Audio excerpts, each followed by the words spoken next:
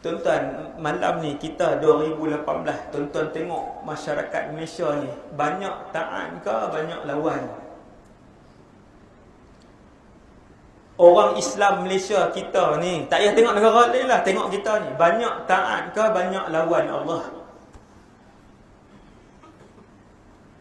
Bila Nabi kata, Nabi Adam dia pi kat 1000 orang anak cucu cicit dia tarik seorang je ahli syurga. 999 ahli neraka. Kita tengok orang Malaysia hari ni, umat Islam Malaysia hari ni, 80% tidak melakukan solat. Hak ni bukan teka tuan-tuan. Yang ni bukan orang kata teka-teki. Yang ni fakta. Di Malaysia sampai 2018 yang tak semayang 80%. Tuan-tuan, kalau tak semayang masuk mana? Kita bukan nak ajak orang, panggil orang, hai ahli neraka, bukan. Kita nak bagi tahu apa yang disebutkan oleh Rasulullah itu benar yang kami tengok dengan mata kepala kami. Ya Rasulullah. Ustaz baru 80% tak semayang Ustaz. Awak nak suruh sebut dosa lain. Saya sebut dosa yang kedua. Di Malaysia setiap 10 minit seorang anak luar nikah dilahirkan. Fakta Jabatan Pendaftaran Negara. Banyak ke sikit? 10 minit seorang. Bila kita dengar Nabi sebut bahawasanya tiap-tiap 1000 orang penduduk padang mahsyar, Nabi Adam tarik seorang je ahli syurga. Malam ni kita percaya dengan apa yang disebutkan oleh Rasulullah sallallahu alaihi wasallam. Tak percaya macam mana? Tengok hak berlaku keliling kita.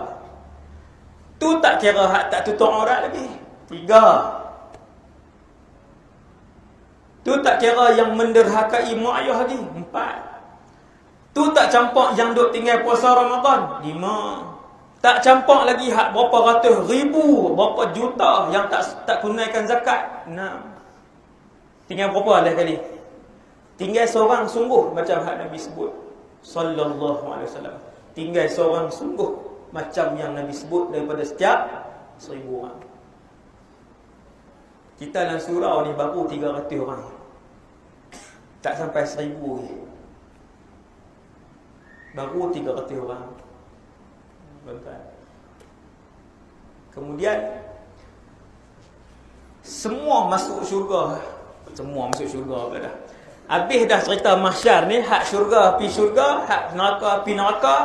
Malaikat duduk di tengah. Malaikat tu sebut, ya ahlal jannah, wahai penduduk syurga, khulud. Tuan, hak saya sebut malam ni, saya dan kita semua akan mendengarnya di padang mahsyar satu hari nanti.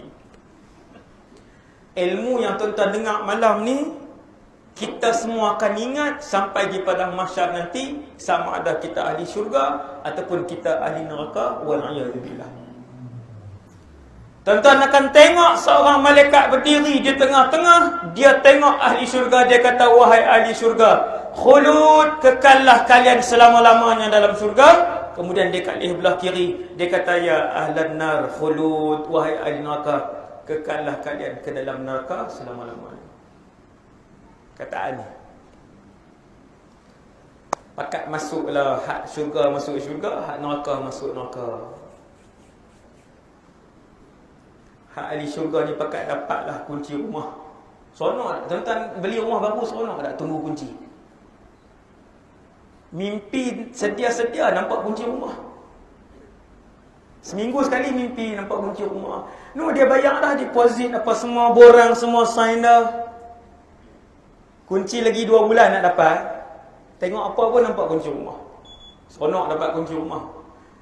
Siapa yang ada pengalaman dapat kunci rumah masuk? Tuan-tuan, masuk dalam syurga macam tu. Ahli syurga semua raja. Ketika Allah menciptakan Jannatu Adnin, habis siap cipta, Allah Ta'ala pun kata takallami, antiqi, bercakap. Syurga Adnan pun bercakap. Qad aflahal mu'minun alladzina hum fi salatihim khashi'un. Ayat perkataan pertama, syurga Adnin bercakap setelah Allah menciptakan dia. Dia kata berjaya orang-orang yang beriman. Apa dia sifat dia apa? Iaitu apabila semayang mereka khusyuk dalam solat mereka. Hari ni orang khusyuk tak semayang tak? Khusyuk tak kita solat? Tak khusyuk. Belahak bau laksa pun ada. Semayang duk tarik daging mula tu ya. Tengok ni. Tengok bang. Alladzina hum fi salatihim khashi'un.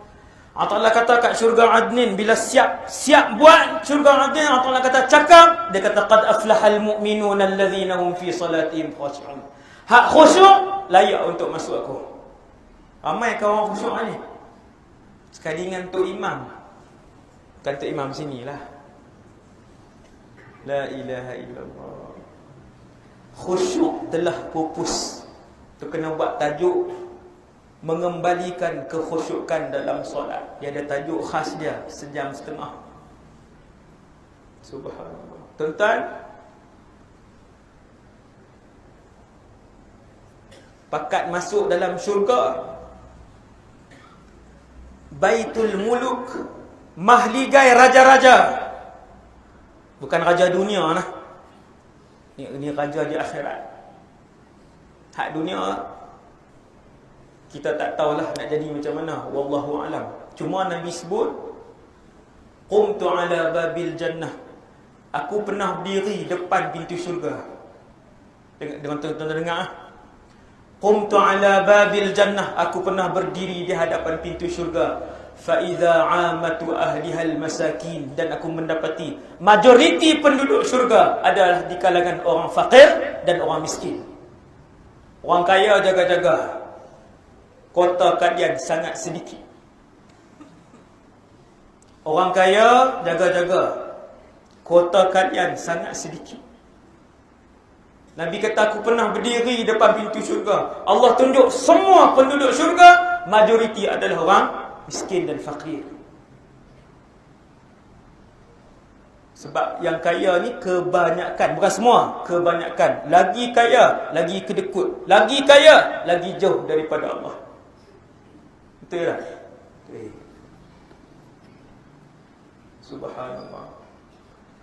Pakat dapatlah banglo mewah mahligai masing-masing.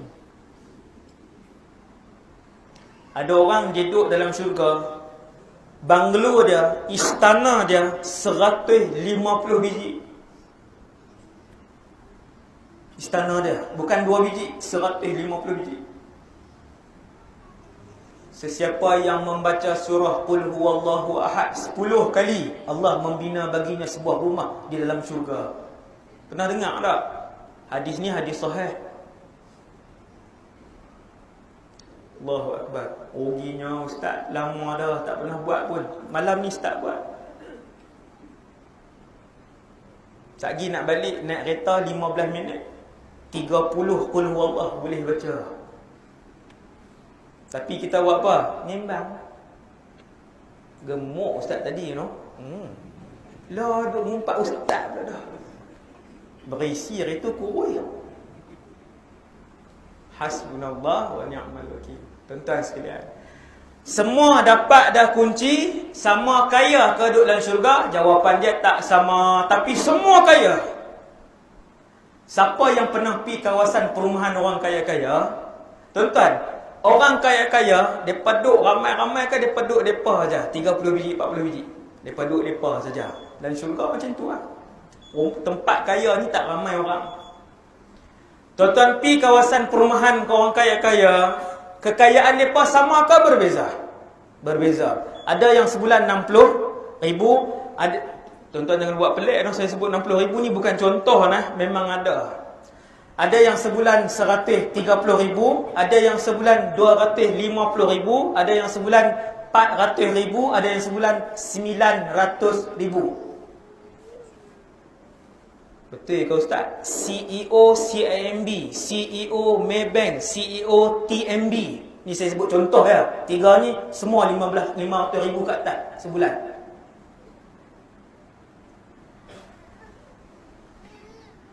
Ingat tak ada tuan?